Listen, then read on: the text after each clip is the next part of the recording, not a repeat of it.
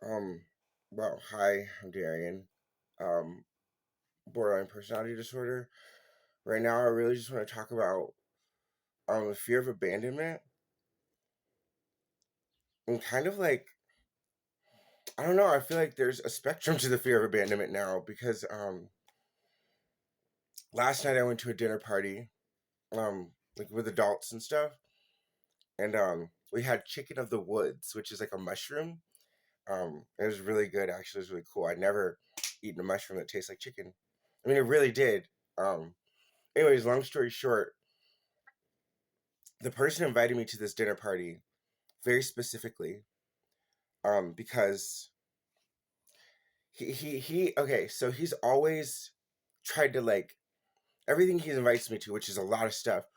He always tries to, well, he used to try to like convince me, and I needed a lot of convincing because if I'm going to take on a person or a group, I'm also going to be taking on that chance for them to abandon me or to not understand me and me to hurt them or them to hurt me and not realize they do it. It's just like a lot of components. And I didn't know originally that he actually studied a little bit about borderline personality disorder or EEPD disorder.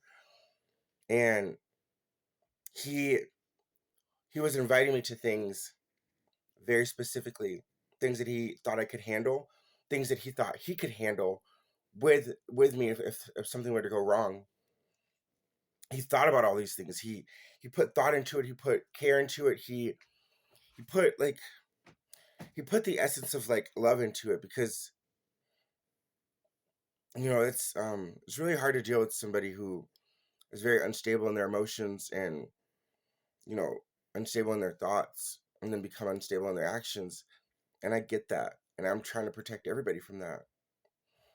And I'm gonna fast forward to this morning. I woke up this morning feeling so great, and I still feel great. I knew that I needed to do something about a relationship that has been the exact opposite for me. This person, when when I would talk about my like disorder, my meds or whatever, I would kind of be like ignored, or he would actually meet my words with words like oh, you don't need meds, you just need to take shrooms, or you need to just drop some acid, and and he'd be like, you're just not doing the right kind of drugs, and I would kind of shake it off because of my fear of abandonment, and because I'd known this person for so long. I had a huge fear of them leaving me, and so I was willing to deal with so much stuff. Him spitting on me, him actually physically abandoning me in a different city, um, him completely and utterly bringing up traumatic moments and events in my life, like my dog being stepped on by my boyfriend in mixed company of new people that I'd never met until that moment, or people that were still just new to me, and then kind of like being like enjoying the fact that he had done it. And sometimes, yeah, maybe I said something or did something that made him want to have a rebuttal or insult me, but the way he did it, it was all so methodical and careless all at the same time. And then my best friend came back into my life after 5 years. And he came back into my life to tell me that he never left, in a sense where he's always been kind of watching me, watching my arrest records, watching my YouTube videos, like talking to our friend that we have in common, and or sorry, it's his wife, my friend, and talking to her about me and like what I'm up to and stuff like that, and checking my Facebooks and all that kind of stuff, like really just kind of keeping tabs on me. And when he told me that, I cried. I cried because losing him, he was the first real friend I like lost. I've known him since I was 9, and I knew when I lost him, there would be no other feeling of loss that would hurt me as much until my dog died. When King died and the way he died, it fucked me up. And the person I chose to get close to, was this friend who disregarded everything about my disorder and how it would affect us and me and everyone. And then when things would go wrong and I would fall into some type of crisis or a fit, he would exacerbate things every single time. Every single time he would exacerbate things. And if he managed to help I don't know, if I lost something and started crying about it, and he managed to help me find that something, then I would get verbally abused about, well, why are you crying? Like, you need to stop crying. And it's just like, all these questions would be answered for you if you just opened one book. Just open any book. Go on my YouTube channel. Just pick a video, any video. Just watch one. And then I realized now, just like this morning, because last night at the dinner party, I asked this person, like, are you aware that, like, the closer we get, like, I could hurt you, and like I'm dangerous to be around sometimes, and that's why I'm like scared all the time, and I'm nervous when I'm here because like you're a new friend, and then I told him the story of my old friend and how we went to Marquette and I choked him, and then he beat the shit out of me in the face until I stopped him, and then stopped him with one hand, and then he went into Meyer and got me a stuffed animal from the little claw machine, and I was crying when he got back to the car, and he tried to make me feel better. And I don't know if he got the machine or the stuffed animal because he felt bad for hitting me. I don't know why he got it. I don't know why he did it. It was kind of one of the nicest things he's ever done for me, getting that stuffed animal, especially after what I just did to him and what he just did to me. I don't know. My other friends say that that means he's a sociopath. Maybe they're right, but I still love him. It's not like I just stop loving somebody just because they're not good for me and I'm not good for them. This morning I contacted him because a week or so ago he called me, just called me randomly. I hadn't reached out or anything. And he called me apparently to say, just wanted to see if you were alive. And that's odd to me because, if you want to see if I'm alive, we have a couple of mutual friends in common, you could ask them. And then he said it was because he wanted to drop off a hat of mine. And I said, well, you know where I live. You can just leave the hat on the doorstep. I mean, I did that with all the stuff of his. I left all the stuff he bought me and all the stuff that reminded me of him. I left it on his doorstep. I didn't call him to say I was leaving on the doorstep. I just went randomly and left it on the doorstep. And so when I asked him, why haven't you done that? Or like, why are you reaching out? Like, what do you like, what's the point of this? And he just kind of like shut it down each time. Like, I did, he said I didn't reach out. And then I was like, I just wanted to give you your stuff back. So it's like, that's a lie in itself. And I know he's a liar, and I know he doesn't understand his feelings and stuff. And I can't do that anymore. And that's when I realized, like, I really am changing. Like, it may not be as fast as I thought it was going to be, but I look up and I look around and I see new people, a lot of new people, and they're not new, but these are people who have dealt with some of the crazy. They've dealt with it on hand the same way he has. The only thing they didn't do was exacerbate things. They didn't add fuel to the fire. They took time for them so that they could take time for me. And the crazy thing is, at this dinner party, his answer to the question of like, you know, why, like, why are you so inviting me? Why do you seem to care? And he was like, because I do care. And he was like, yeah, I watched your YouTube channel, and it helped a lot. And then, I thought maybe I should get a couple books, and he did. He's like, I haven't read through all of it, but he's like, I'm constantly like, thinking about it whenever I'm thinking about you. And so, I asked him why, and he said, well, it's what you do for people that you love. And I cried right there in front of him, because I've worked so hard to build a nice source of information on my YouTube channel, as well as a collective of books and stuff.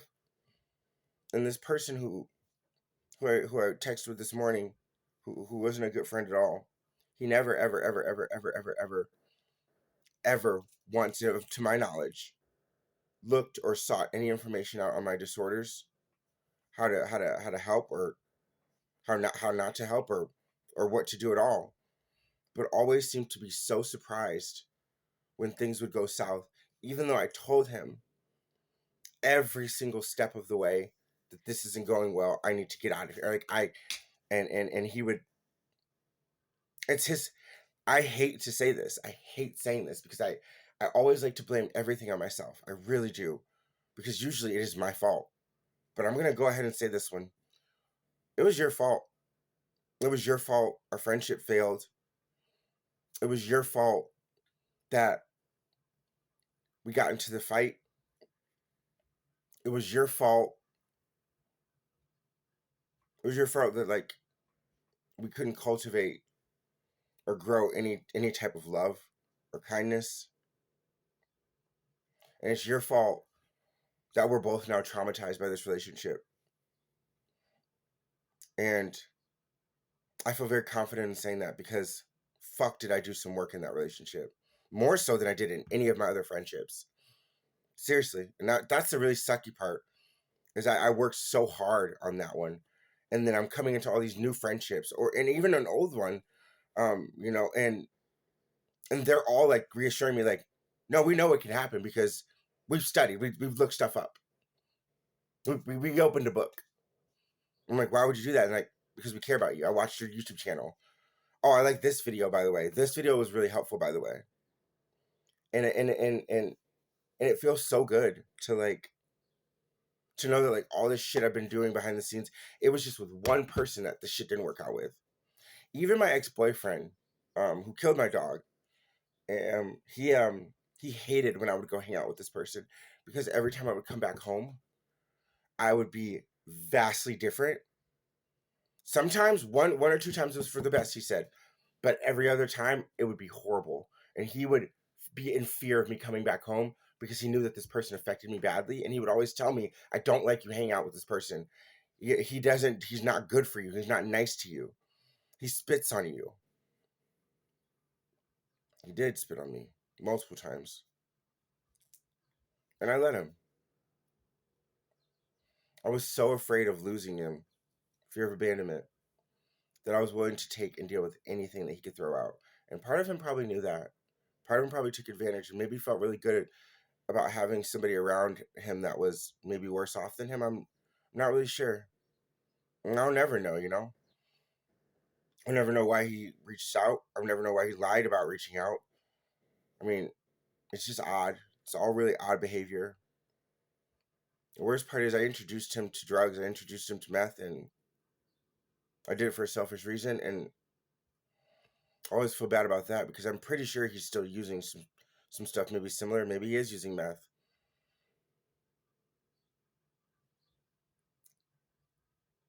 But I'm not going to carry the weight of it anymore because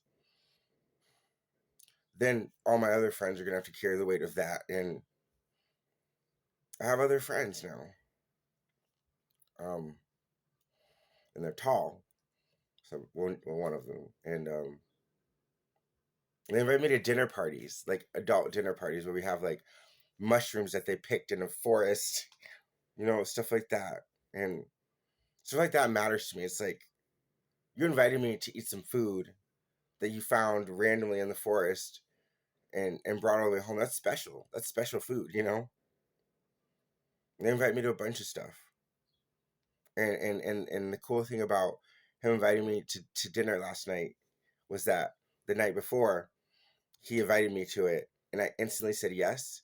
When normally my ass has to mentally prepare for something for like a week in order to be able to do it. Well, I got my brother to drive me to his house for the dinner party, and then I walked all the way home, like 5 miles, just like without. I didn't care because I knew that it was worth it. I knew it was going to be worth it, and I knew that I was going to feel great afterwards, and I did, and I do, and I knew something good was going to come out of it. And him telling me that he's put in work. He's put in work to be my friend because he knows that I probably need a friend and that he's capable of being my friend. And we have boundaries, Well, I've set boundaries with everyone now. I have boundaries with everyone to keep them safe. But I guess some people are doing the research and the back end work to keep themselves safe too. And for me, that's a lot. That's a lot more. That's a lot easier. It's a lot less work for me to do. And with less work for me to do, there's more time for fun and laughter and joy. So I'm gonna leave it there. Thank you for listening. And sometimes being abandoned might be the best thing with certain people. So get over the fear and get through it.